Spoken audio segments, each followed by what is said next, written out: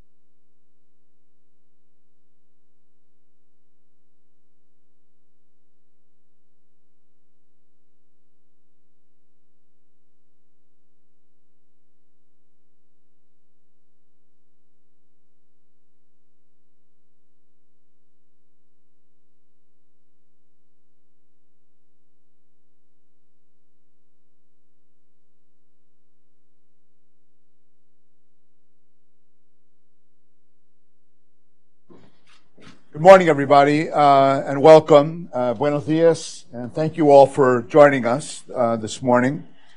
Ivan Duque's election as president of Colombia in June was followed by a lot of speculation about who would make up his cabinet and his advisors.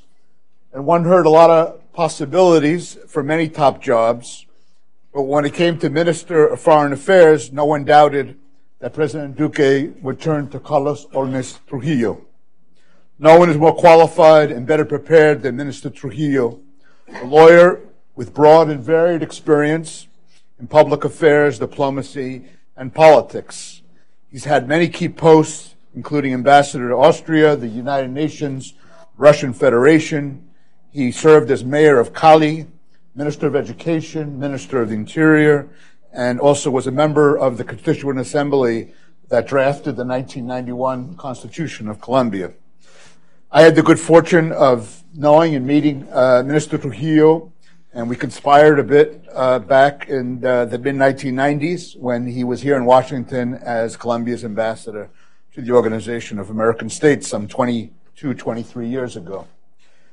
President Duque knows and has very clear that the success of his ambitious domestic agenda, including growing the economy, advancing social justice, and consolidating the peace, will in part depend on having a successful foreign policy. And with Minister Trujillo in charge, it will be in very able hands. The challenges, as we'll hear this morning, are many and formidable.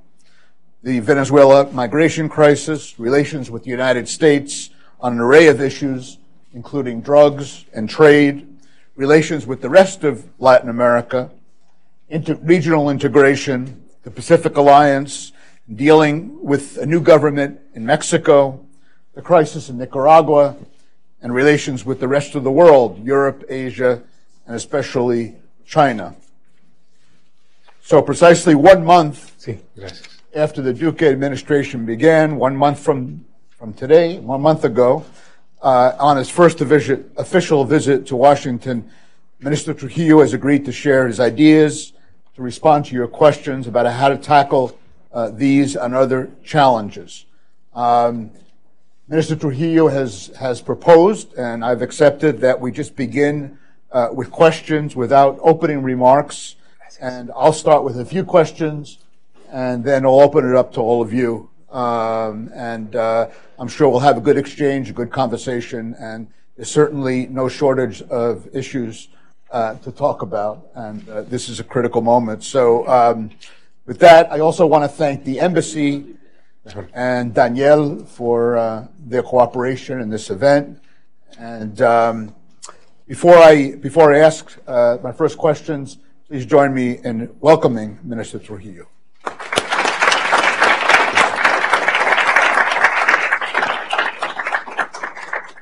Well, thank you very much for being with us at the dialogue. Thank you. This morning. Let's start, if we can. I think the subject that you referred to last night at the reception, the crisis in Venezuela, and especially the migration refugee crisis, which I think the region has never seen before. And there are a lot of calls for and of course Colombia has, I guess, an estimated 1 million, and that number could go up considerably next year, and this year and next year. Everybody talks about the need for a regional approach and coordination. And if you could just tell us where you think that stands. Are there differences in the way the countries are dealing with this? Colombia is assuming the main part of the burden, but it's also affecting Peru. We have the ambassador of Ecuador here, Francisco Carrion, Chile, Argentina, and of course also other countries in the Caribbean, Central America, Mexico. So how do you see this moving, and what do you think would be the right approach to deal with this unprecedented crisis? Thank you, Michael. I am ready to take more questions so that I can deal with them on the whole, okay, after I received the questions that you want to put. So I invite you to make the questions that you desire to make. Okay. Thank you, Mike. Thank you. Okay. Your name, please. Robert. Just wait for the microphone, please, because we're going to... Thank you, Minister, for being here. My question is this. Colombia has a strong African population, and are you considering any embassy posts for Afro-Colombians in the continent of Africa or Caribbean, seeing that Ghana, for example, has a phenomenal growth this year, economic growth prospect, 8.9%. And I think it's a missed opportunity if we don't include Afro-Colombians into the dialogue, into the foreign affairs posts moving forward. Thank you. You want to take another question, or? Yeah, sure. Yes, okay, let's have a round. Yes, our friend from Voice of America. Just wait for the microphone, please. Name, please. Yeah. Name? Just use the microphone. Okay. I'm a reporter from Voice of America. I would like to have this answer. Your name, please. Jorge Agobian. Jorge. We would like to have the answer in Spanish if it's possible. The government of the United States ha estado hablando sobre el caso de la migración venezolana y cómo afecta a la región. Y hemos escuchado a legisladores de Estados Unidos diciendo que es necesario tomar un paso más adelante. Y escuchábamos al senador Marco Rubio hablar de una intervención o asomar la posibilidad. Otros representantes, como el representante Curbelo, también aseguraban que necesitaban del apoyo de los líderes de la región o de los socios de Estados Unidos en este tema. Quisiera saber si existe alguna posibilidad o si está sobre la mesa este tema. Thank you. I think we should try to do as much in English, because there are people who don't. I mean, there's still a few people in Washington who don't speak Spanish. It's hard to believe, but there's still one or two, so we want to respect the, Any more otherwise we're questions? gonna Why don't you start with those, and then we can turn it over? No, let me take more. Oh, you'll take more? Yeah, I'm ready to do that. Let me take, can I ask you some other one? Yeah, there's one there. Okay, Andrew. Thank you, Michael. I think you're just going to take questions the whole time. We're not going to get any answers. We're not going to get any answers. That's, Mr. Minister, thank you. Name, please. Great to be here. Andrew Seeley from the Migration Policy Institute. And as you can guess, I'm going to ask you about the Venezuelan migration. Do you see an end in sight, first of all? Colombia has been very generous and taking in Venezuelans and is now in trying to legalize their status. Do you think this is something you can continue? I think it's been particularly helpful and an example for the rest of the world that you have tried to legalize the status of people there and integrate them in. But is this going to become a political issue, or is this something Colombia is in a position to handle going forward? And what sort of regional responses do you see possible? Remind me your name, please. Andrew Seeley. Andrew? Andrew Seeley, Migration Policy Institute. Thank you. keep them coming. Please. Okay, Mr. Borelli. As many as you I wish. hope you're prepared for this. Pedro Burelli. Pedro? Burelli. Burelli. How are you, Pedro? Good to see you. Yeah, good to see you. One of the issues that obviously has happened, and some of the questions are already pointing at that, is that the crisis in Venezuela has suddenly shifted to the consequences. And for some reason, the discussion about the causes seems to have taken a second role in this thing. If we're looking forward and we're looking not at the crisis we can quantify right now, but what could happen if the causes are not dealt with, I think somehow the emphasis has shifted and we very quickly have to go back. The Group of Lima, so the first question, the Group of Lima, which seemed to have some impetus, suddenly has come to an end and stopped as a group of countries that at least were willing to have a serious discussion about the multiple things that could be done to put more pressure on the Venezuelan government, which is the one that's causing the exodus and the problems that everybody's now trying to deal with. So the first question. The second thing, as a foreign minister of Colombia, of a government in which basically the leader and all the political allies that took him to the presidency opposed the peace plan or elements of the peace plan, one of the critical concerns that we have in Venezuela is that between 60 and 70% of our physical territory is now under the controls of the FARC and the ELN.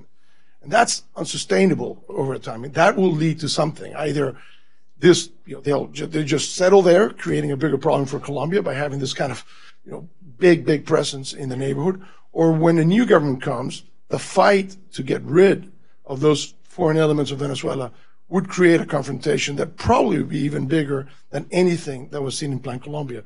So I'd like to see your opinion as to how do you think the region should deal to this fact that the Colombian guerrillas have actually relocated to Venezuela? Why don't we take one back there? Just let me know when you want to. Okay. When you want to answer. Good morning, Mr. Minister. My name is Alejandro Sanchez. I'm an analyst here in Washington. I have a question about the relations between Colombia and Panama. The commercial conflict between the two countries still continues. I think earlier this year, Panama imposed 30% tariffs on Colombian roses, coal, cement, while Colombia has placed tariffs on Panamanian textiles. So what do you think, will the Duque administration do to solve this conflict with your neighbor? Thank you.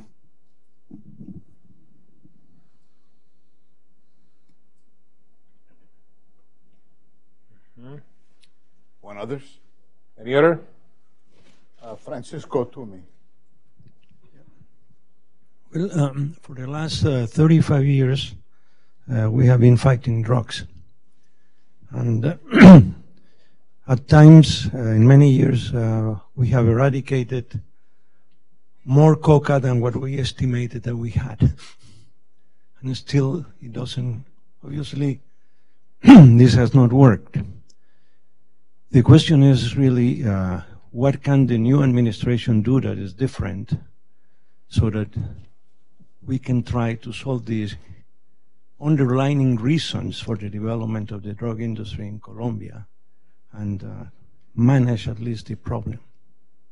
Thank you, Francisco. If I could just add to that question, when Ivan Duque was here in March, sitting where you're sitting, and we had a conversation, he said that he was worried about re-narcoticizing the relationship with the United States, which was so dominated by drugs, and then expanded.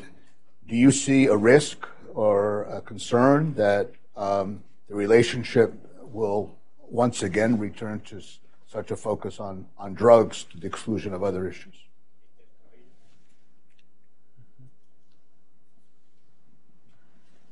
Mi pregunta es en español.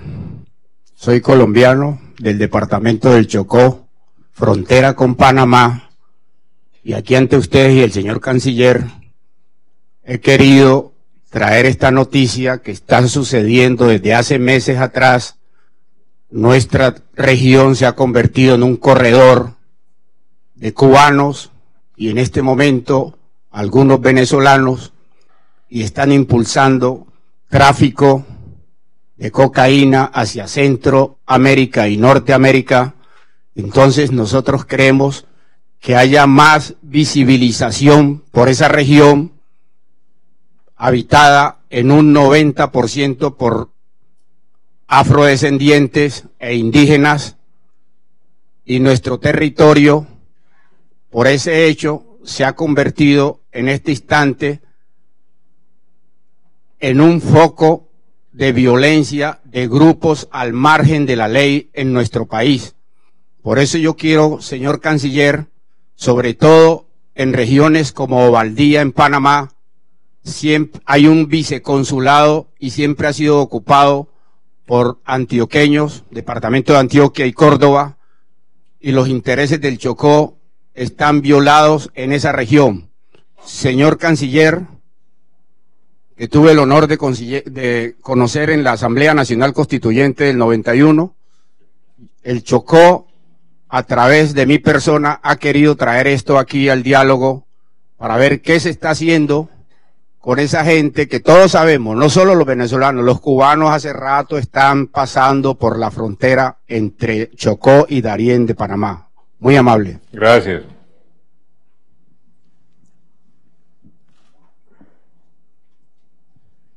Julio Patiño from the Environmental Investigation Agency, and my question relates to beef exports from Colombia to the United States. My understanding is that cattle ranching is one of the biggest drivers of deforestation in the Amazon. And my understanding is that Colombia and the United States are currently engaged in a negotiation to relaunch beef exports to the United States. Could you comment on what the status of those negotiations are and what is the perspective on the future? Thank you. Franco? We'll get a microphone to you. It's coming right now. Sorry. Yeah, Franco. Thanks for doing this, Minister. Franco Ordonez from McClatchy. We also published the Miami Herald. I had a question about Palestine. The Santos administration recognized Palestine as a sovereign state. The Duque administration said it was irreversible. I know that has been a concern of some here in Washington. After this visit, I just wanted to ask, is there any reconsideration or an attempt to look at that to see if there's something if that can change? Thank you.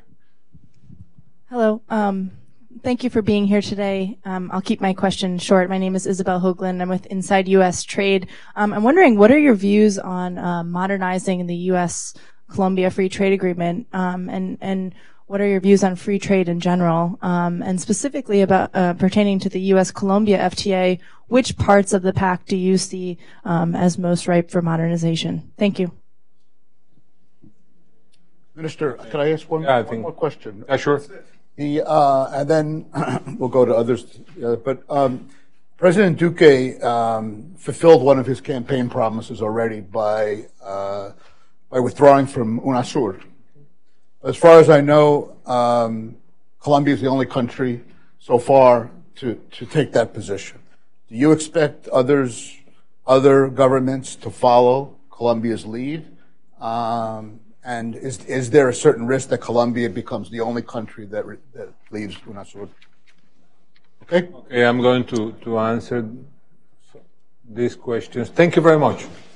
It is a real pleasure for me to be here and to have the chance to talk to you and to give answers to the questions that you have put to me. Venezuela. Venezuela is a huge challenge for us, politically, and in which has to do with this migration crisis that we are facing. How are we dealing with it? We are dealing with it at the national level, at the regional level, and at the multilateral level. Nationally, what are we doing? Doing all we can. We have been putting resources, we have been strengthening our international capacity, and we are going to do more. On the latest Council of Ministers, the instruction of the President was to write a compass document. This means in Colombia that we will have a complete view about the situation and some measures that are going to be taken in different areas of the government. That is going to take place the coming Council of Ministers, and that was due on the occasion of a report that I made after a visit to the border with Venezuela. So we are doing a lot. Is that sufficient or not? It is not sufficient. We cannot face such a crisis alone. We can do all the efforts that you can imagine. We can put all the resources that we may put into it, and there won't be any possibility for Colombia to face that challenge alone. That is why we have gone out to the regional community. And there have been some very positive steps. The migration authorities of several countries have been meeting in order to harmonize actions. I'm speaking about Peru, I'm speaking about Ecuador, I'm speaking about Brazil. There was a meeting at the Andean level with the same objective. There was a very important meeting recently in Quito, which was attended by 11 countries. And I think the declaration that was issued was a very positive declaration. Conceptually, I think it was very, very positive, and besides that, some concrete measures were agreed among these 11 countries who attended the meeting in Quito. And there is going to be a follow-up as well in Quito as well. And recently there was an urgent meeting of the Permanent Council of the Organization of American States. I think the outcome of the meeting was quite okay. The Secretary General made a decision of setting up a technical group. There is already a coordination a coordination being appointed by the Secretary General in order to make a report so that from that report can decide practical measures from the institutional point of view and from the financial point of view. The next week we will have in Colombia the visit of Secretary General Magro. So as far as the regional level is concerned, we have been moving very quickly in order to harmonize policies because this is a regional issue, not a Colombian issue alone. And at the multilateral level, what have we done so far? Even before the inauguration of President Duque, we were in close contact with the international community in Colombia in order to ask for two things. First one, the setting up of a humanitarian urgent fund to attend the crisis, and secondly, the appointment within the framework of the United Nations of a special envoy whose responsibility would be to coordinate the multilateral action in the region. What else are we going to do? In the framework of the coming United Nations General Assembly, there is going to be an event to which Colombia is inviting with the presence of countries affected by the migratory crisis and donor countries, cooperating countries, and international financial organizations. What is going to be the aim of that meeting? The same one. Asking for the setting up of an international humanitarian fund, and secondly, insisting on the appointment of a special envoy within the framework of the United Nations that coordinate the multilateral action. My main concern, not only because of the situation today, but because of the perspective that this issue has, is that the problem is going to get worse and worse every minute, so to speak. Why? Because the causes are there.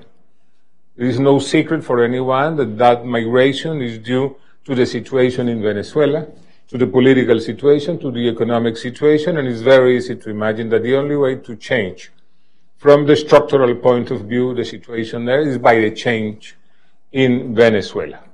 As far as the political view that we have is concerned, what is the position?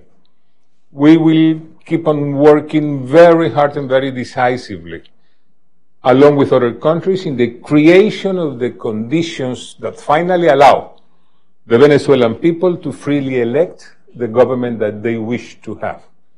We are doing this out of the obligations that we have as a signatory country of the Charter of the Organization of American States and as signatories of the Inter-American Democratic Charter. That is what we are doing vis-a-vis this huge challenge that Colombia has.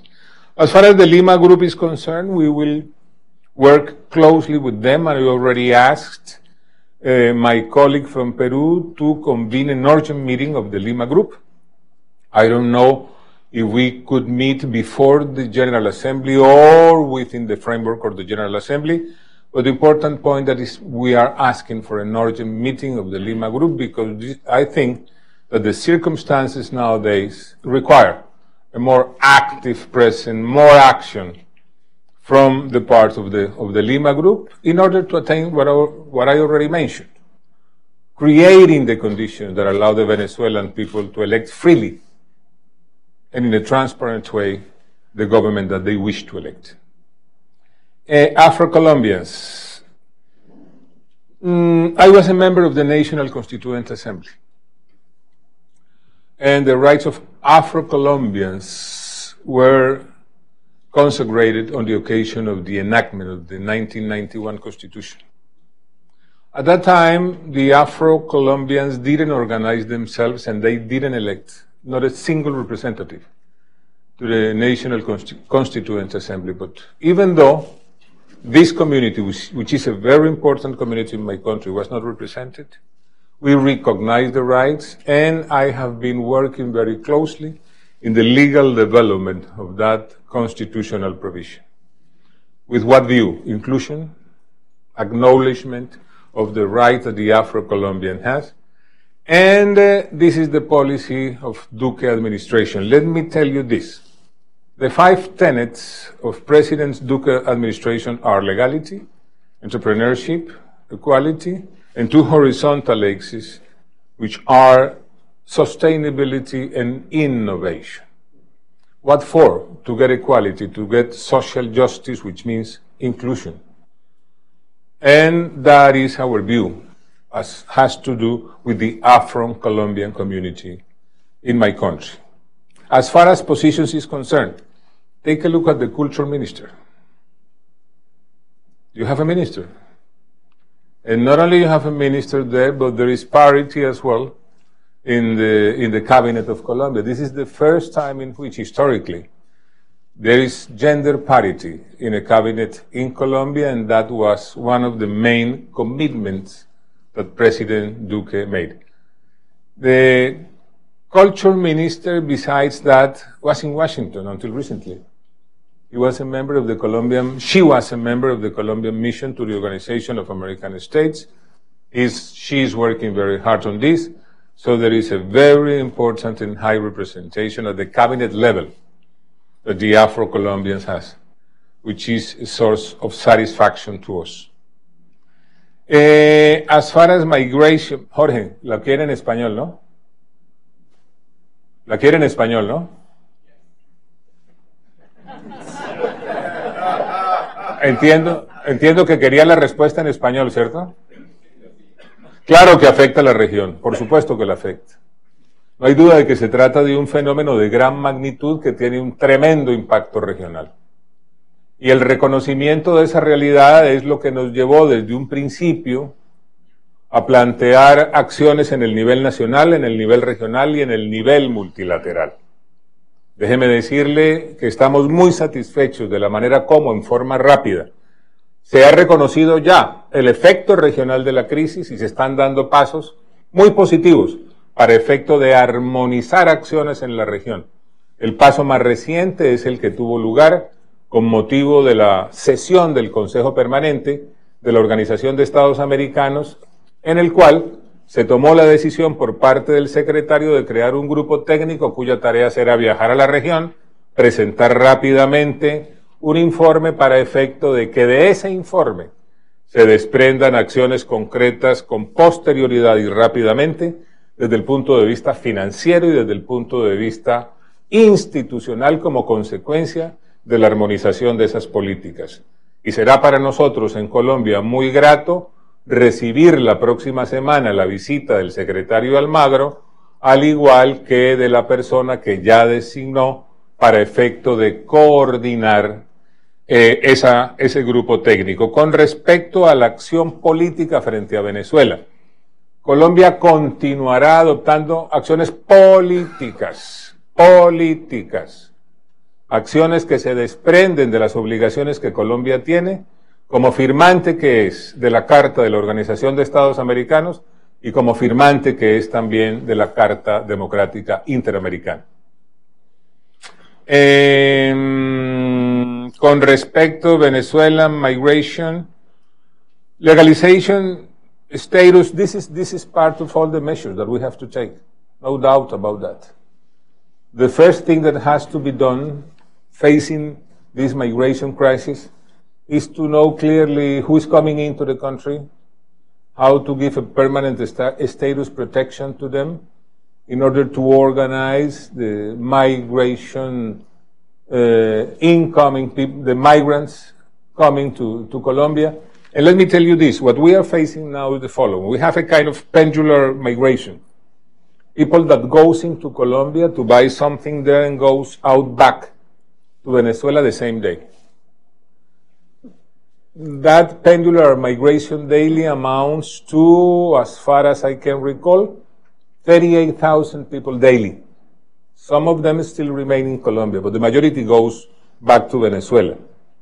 Secondly, the transit migration, that is to say, people that goes into Colombia but keeps on moving southwards to Ecuador and Peru, and people who wants to remain in Colombia.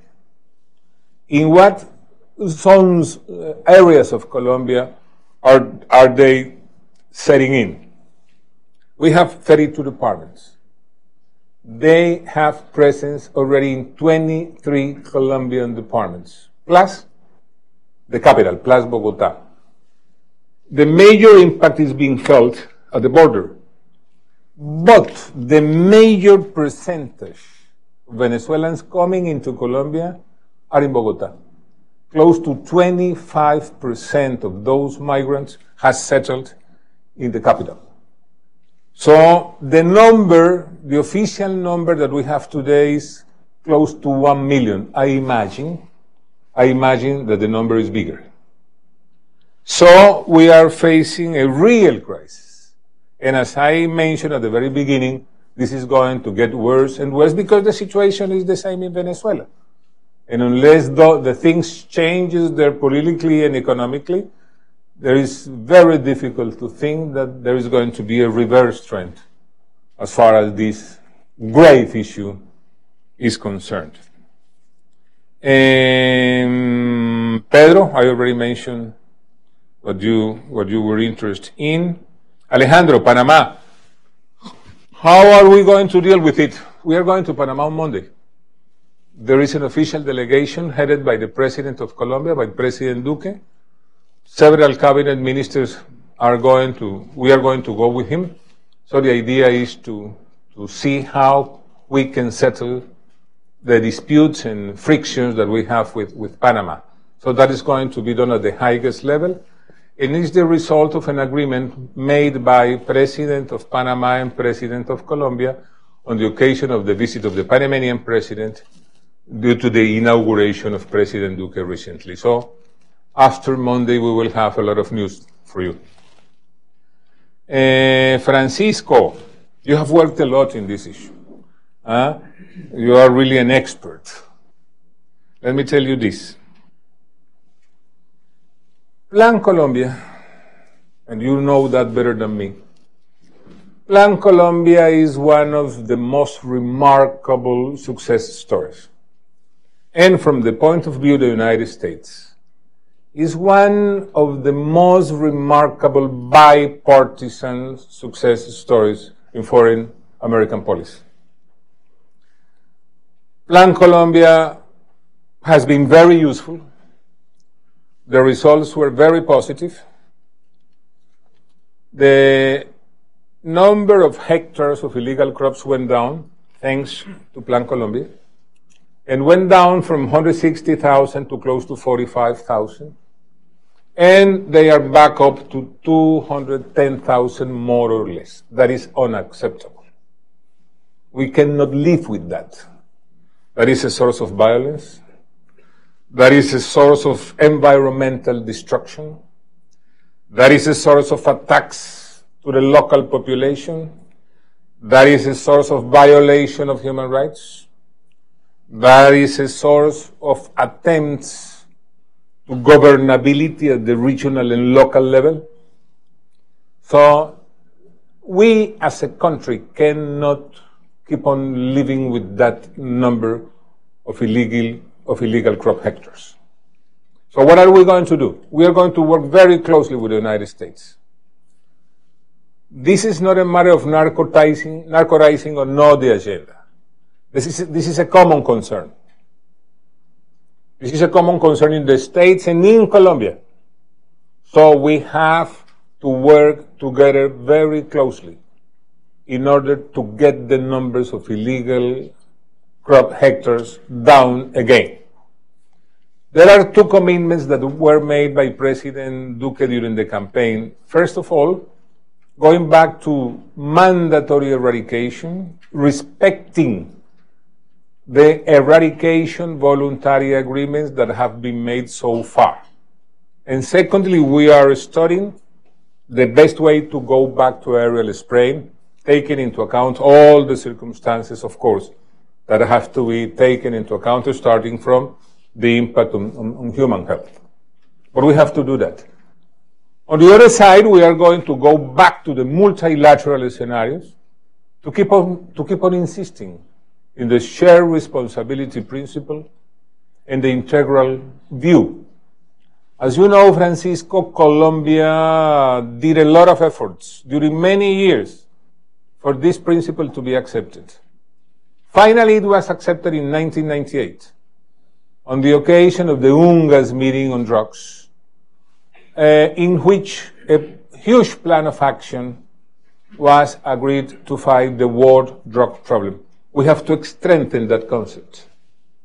And we have to look out to see the possibilities of having a unique policy against drug, because one of the weaknesses that this common fight has is that there is no common policy. The Europeans doesn't have a European policy, they have only national policies. That national policies are different to the policies in the United States, different to the policies in our region, different to the policies in Africa, different to the policies in Asia, not to speak of more continents. And unfortunately, the plan of actions are not fulfilled by the countries that signed those plan of action.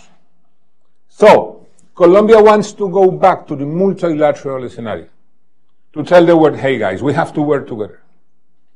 We have to deliver on the commitments that we make. And the only way to get rid of the problem is attacking strongly each and every one link of the chain. There is no way to be successful if that work is not done. So those are our views. In summary, Francisco, as far as this is concerned. Cocaine, Central America, and Pacific region. We are willing and we are ready to work in the triangular way and in trilateral way. Thanks to the help that we received, by applying Plan Colombia, we are nowadays providers of cooperation in security. We do that work along with the United States in Central America and in the Northern Triangle, and we are ready to work as well in a trilateral way. I'm thinking about United States, Mexico, and Colombia. So that is our view about this particular issue. Julio, this is a very complex issue. It's a very complex issue. It has many aspects. But let me tell you that as far as deforestation is concerned, the drug problem, the illicit crops in Colombia is the main problem impacting this deforestation in our country. So there are several measures, but just to make a summary of the way we see this situation, let me tell you that fighting effectively against the world drug problem will be a way to advance in solving this situation. Palestine, Franco, we found that. The former president took a decision using the competences, the constitutional competences that he had. So we are going to deepen our relationship with Israel. We will keep on working with a country as the United States. So if you want me to make a summary, let's say our position would be this: no reverse, no acceleration. There is no precedent in Colombia about de-recognizing the state. No precedent in the Colombian diplomatic history. So we will keep things like that. Okay? We are not going to open an embassy in Palestine. The affairs will keep on being attended from El Cairo. Consular affairs will keep on being attended in our consulate in Tel Aviv. And of course, we know that we have to strengthen even more our relationship and cooperation with Israel, and that's what we are going to do. As far as the free trade agreement is a source of opportunity for us, we are fond of trade agreements. The policy of President Duque is the following: he is not going to negotiate a new trade agreement, but he is going to use these 4 years in order to make the internal task that we have to do to take advantage of the opportunities that are in the freight agreements that we have negotiated. And of course, the agreement with the states is one of the most important agreements that we have made so far. Michael, UNASUR. This was a commitment. This was a commitment, and let me tell you this. Why? Because we believe that UNASUR was born in a particular political juncture in our hemisphere, with the purpose of weakening the institutional structure that we have built in our hemisphere with great difficulties. What is the result? UNASUR is nothing today. The Organization of American States has weakened. So, at a more integral level, the problem is that our institutionality has to be make stronger again. And getting out of UNASUR for that and other reasons is a step in the right direction and in that direction. We have made consultations with several other countries, but the situation of each country is different because they have constitutional requirements that obliged some of them to make a consultation with their Congress, which is not our case. So that is why we did that alone. And as far as possible dialogues to see what are we going to do in South America, we are ready to speak, we are ready to talk, we are ready to imagine solutions, but not within the framework of UNASUR. You can think in whatever other scenario, and we are willing to do that. I even told this to our Brazilian colleagues, and we are going to have a meeting just to see what can we initiate to imagine for the future. But the most important thing is to rebuild the institutionality in our hemisphere. Thank you. No one has put a question on this issue that I would like anyway to deal with you. There is a lot of concern about what we are going to do. I mean, the Duque's administration with the agreement which was signed by President Santos and FARC. What is the policy? Policy is the following, and I want to be very clear. We are going to implement the agreement, but some changes will have to be made. Why?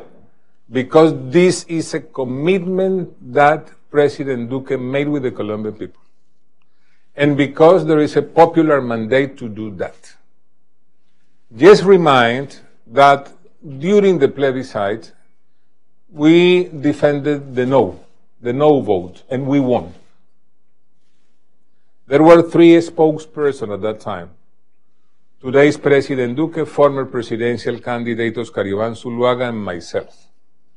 What we told the Colombian people on that occasion? Please vote no in order to have a better agreement. Some changes will have to be made. When the no vote won, we proposed former President Santos to make a national agreement for peace. What did we mean by that on those years? We meant making some amendments in order to give the agreement what the agreement hasn't had, which is public support.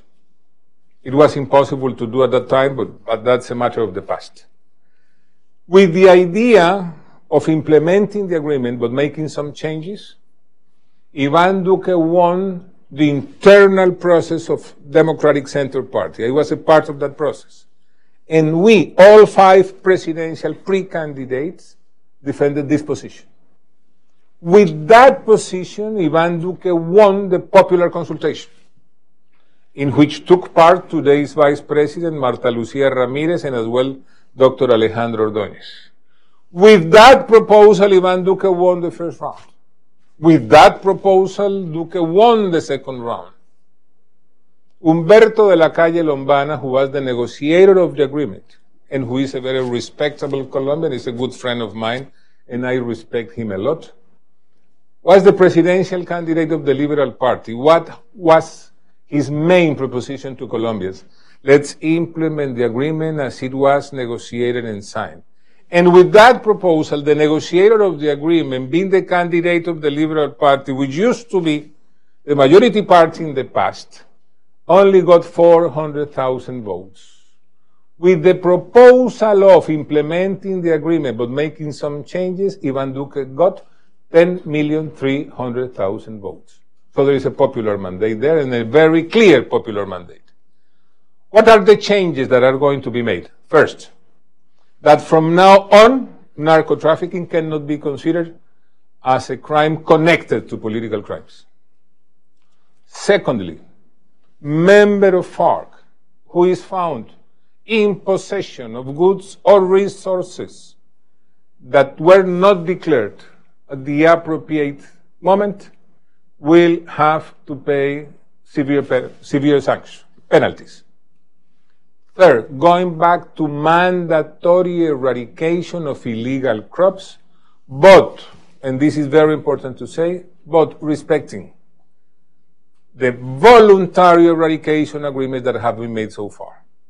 Fourth, member of FARC who is at the same time member of the Congress, who is found guilty of crimes that are written into the Rome Statute has to leave Congress. But in such a case, political party FARC will remain in the capacity to say who is going to replace the guy leaving the Congress. Those are the 4 changes. How those changes are going to be made? Through a national agreement. President Duque is not going to impose majority in Congress in order to make those changes. He is working out a national agreement to make the said changes. Through what means are the changes going to be made? Through the institutional means that we have. So that is the position that the Duque administration has as far as the agreement is concerned. Okay. Ambassador, do you want to? Ambassador Carrion would like to make a comment or a question if we get the microphone. Thank you very much. Well, my name is Francisco Carrion. I am the ambassador of Ecuador to the White House. I'm really pleased to be here. Go ahead. Yeah. And I'm very pleased to be here and hear the position of this new government of Colombia. Well, I really didn't think that I was going to pose some questions, but...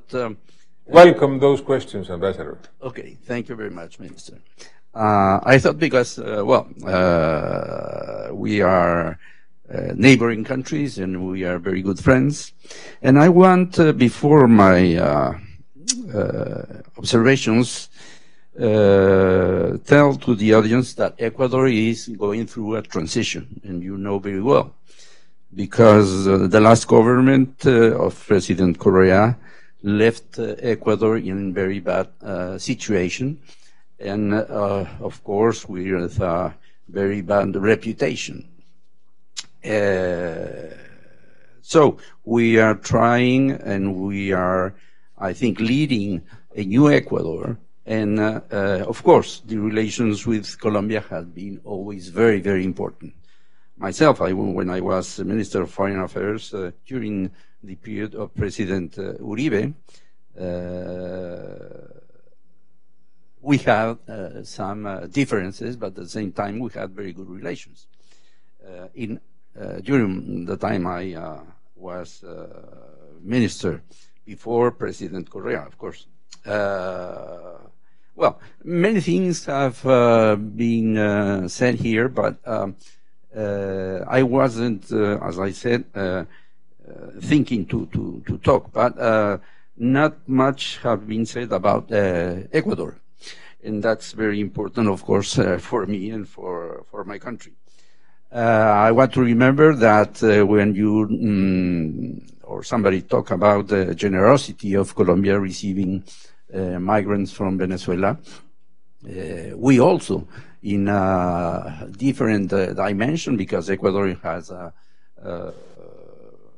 smaller economy and it's of course a smaller country, has received at least 200,000 Venezuelans that are staying in Ecuador.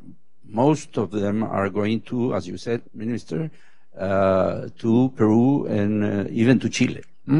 But they are staying 200,000 Venezuelans in Ecuador, and that's a lot.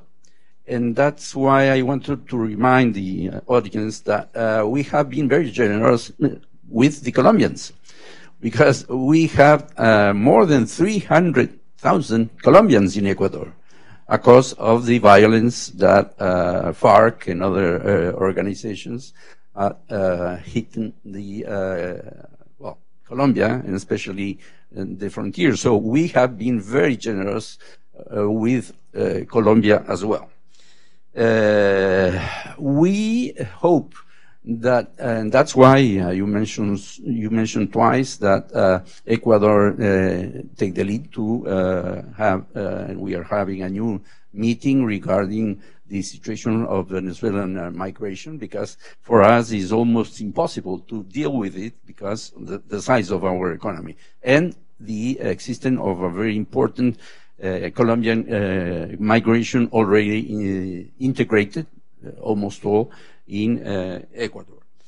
I was really going to ask you about the peace agreement because it wasn't mentioned.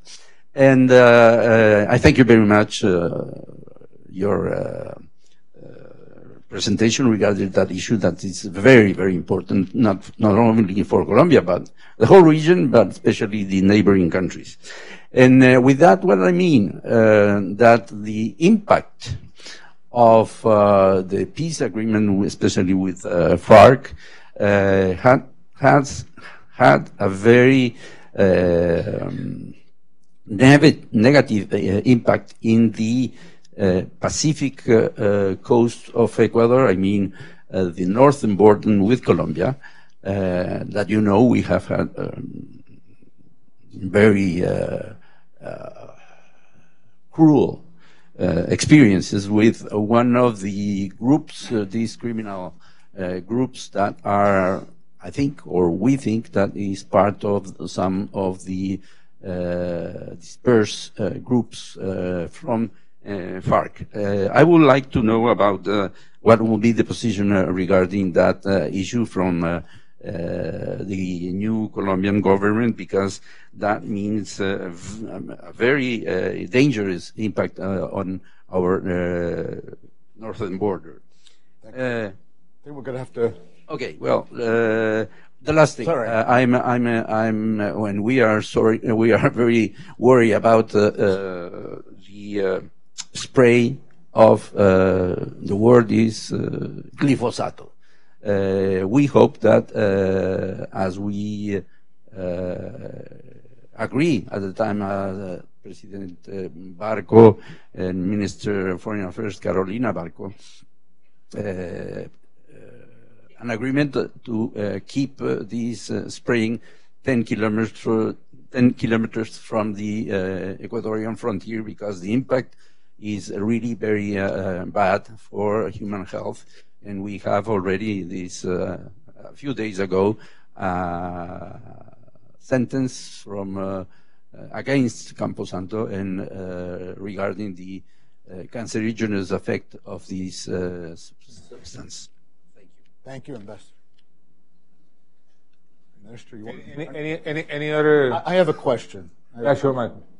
When at the inauguration that I attended of President Duque, there was a report in Sergio Gomez's paper El Tiempo that the UN ambassador Nikki Haley discussed with President Duque 3 issues: Venezuela, drugs, and China. And the first 2, I think, were expected. I'm wondering what's the issue with China that was raised? What was the message you got? And what is your thinking about further engagement with China under this new government? Yes, sir. Final.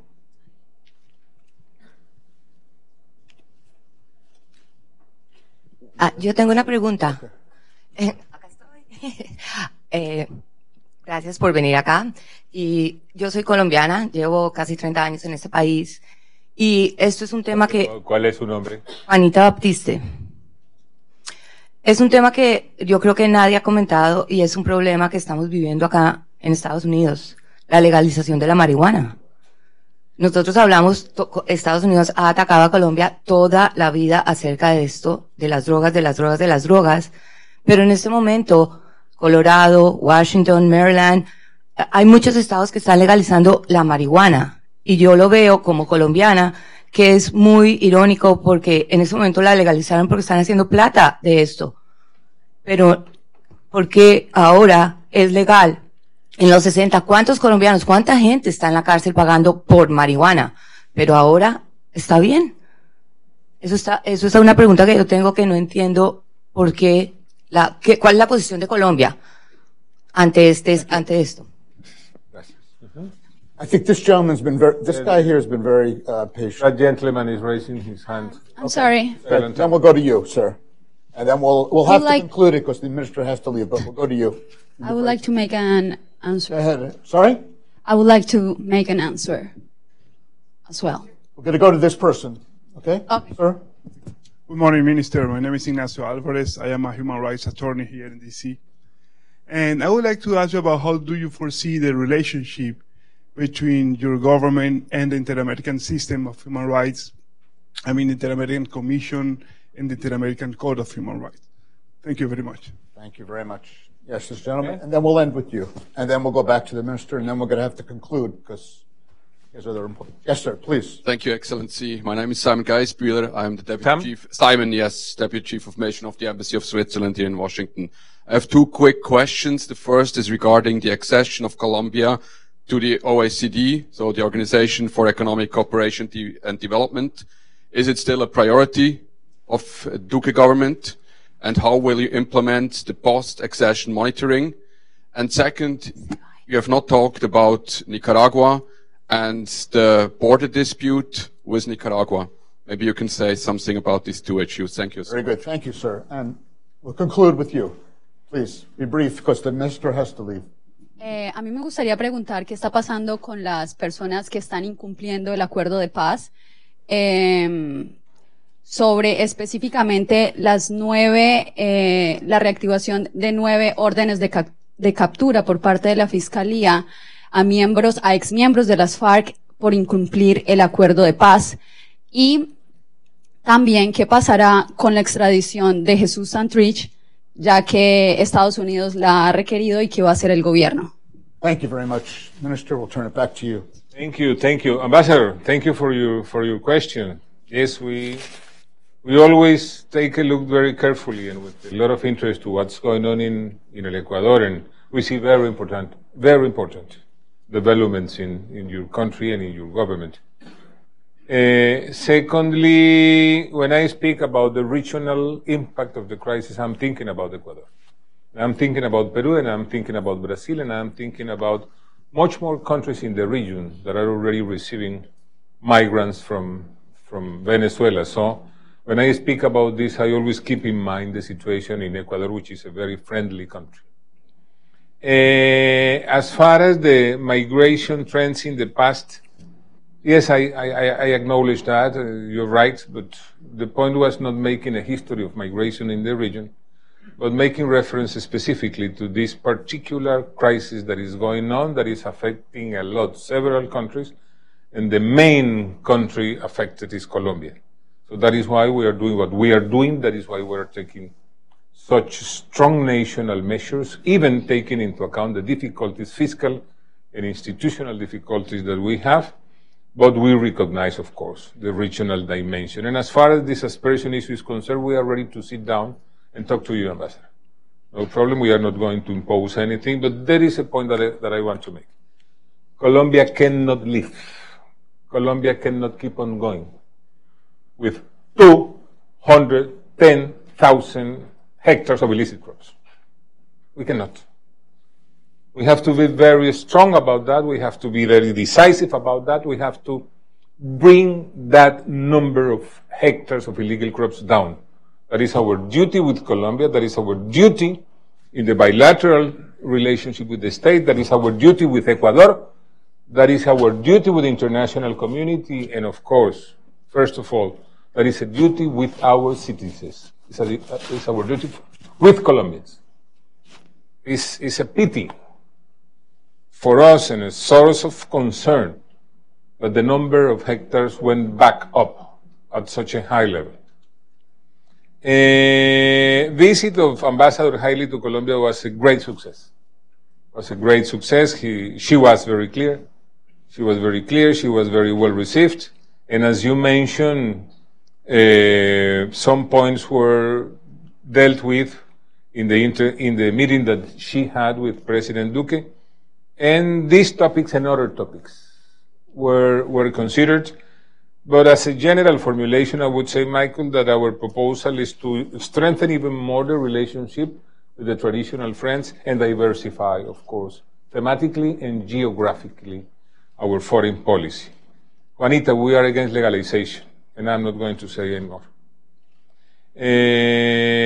Ignacio, I had a breakfast today before coming here with the Secretary of the Inter-American Commission for Human Rights and other officials of the Commission, and I invited them to go to Colombia, the rapporteur, and I gave them some ideas about what we can do together. We believe in the system, and we are ready as a government to work closely with the system, to strengthen the system.